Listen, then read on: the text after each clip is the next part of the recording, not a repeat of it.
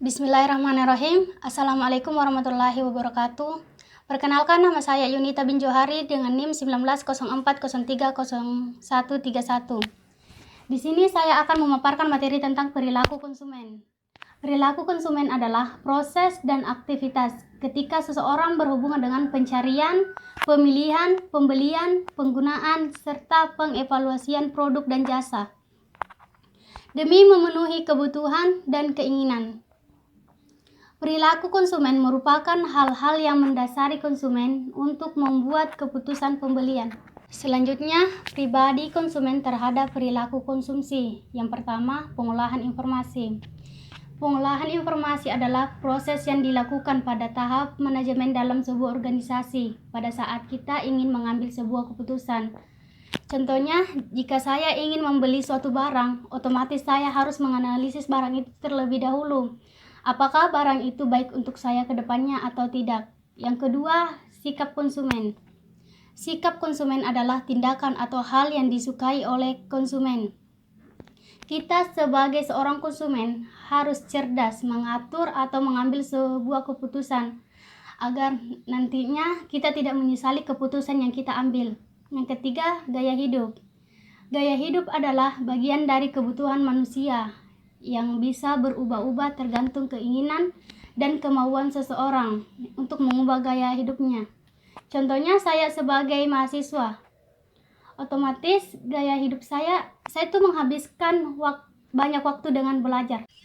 Contohnya saya sebagai mahasiswa, saya menghabiskan banyak waktu saya dengan belajar seperti sekarang ini. Selanjutnya, keempat, kepribadian.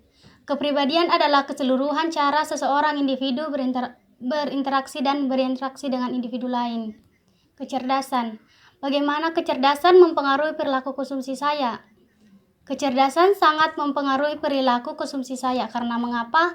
Kan sekarang ini perekonomian sedang tidak stabil karena adanya pandemi COVID-19. Maka dari itu saya mengontrol pengeluaran saya. Saya hanya akan membeli sesuatu yang saya butuhkan, bukan yang saya inginkan. Kesehatan. Kesehatan sangat berpengaruh dengan perilaku konsumsi saya karena jika saya sakit, otomatis pengeluaran saya akan semakin bertambah, seperti membeli obat dan lain-lain sebagainya. Pengetahuan. Pengetahuan sangat berpengaruh dengan perilaku konsumsi saya karena dengan adanya pengetahuan kita bisa mengetahui apakah produk ini masih bisa dikonsumsi atau tidak. Selanjutnya, pengalaman. Pengalaman sangat berpengaruh dengan perilaku konsumsi. Karena mengapa? Contohnya, jika kita belanja online, lantas barangnya datang tidak sesuai yang kita inginkan.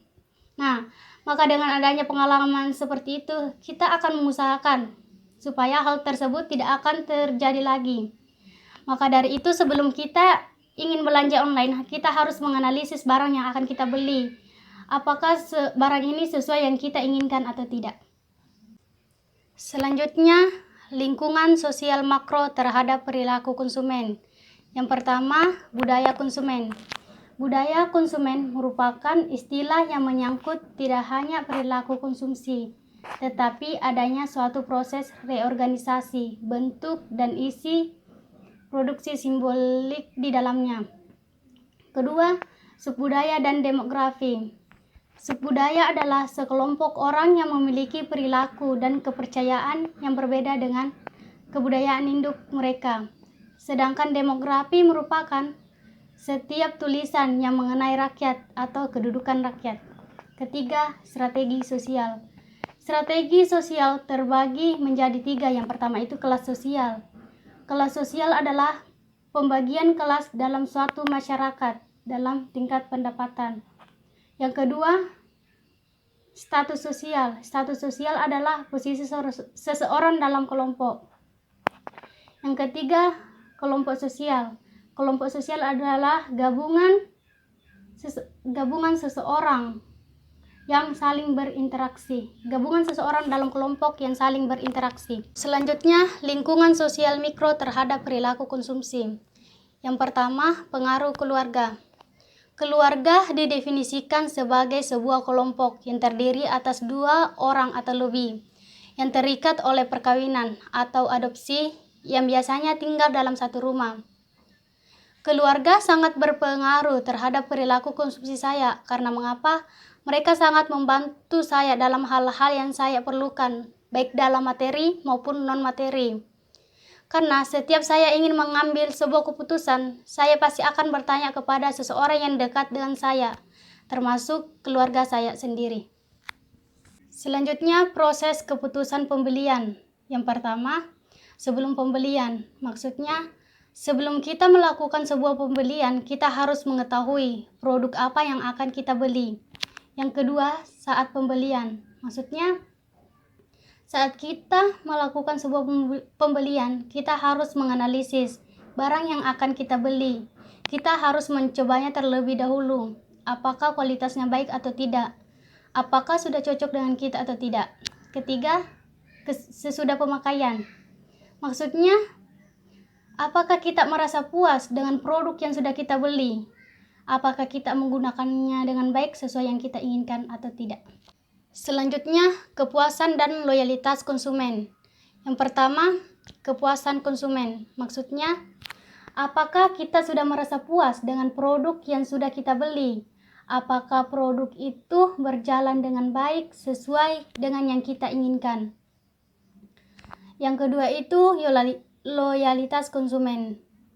Loyalitas konsumen biasa diartikan dengan kesetiaan seseorang atas suatu produk, baik barang ataupun jasa tertentu.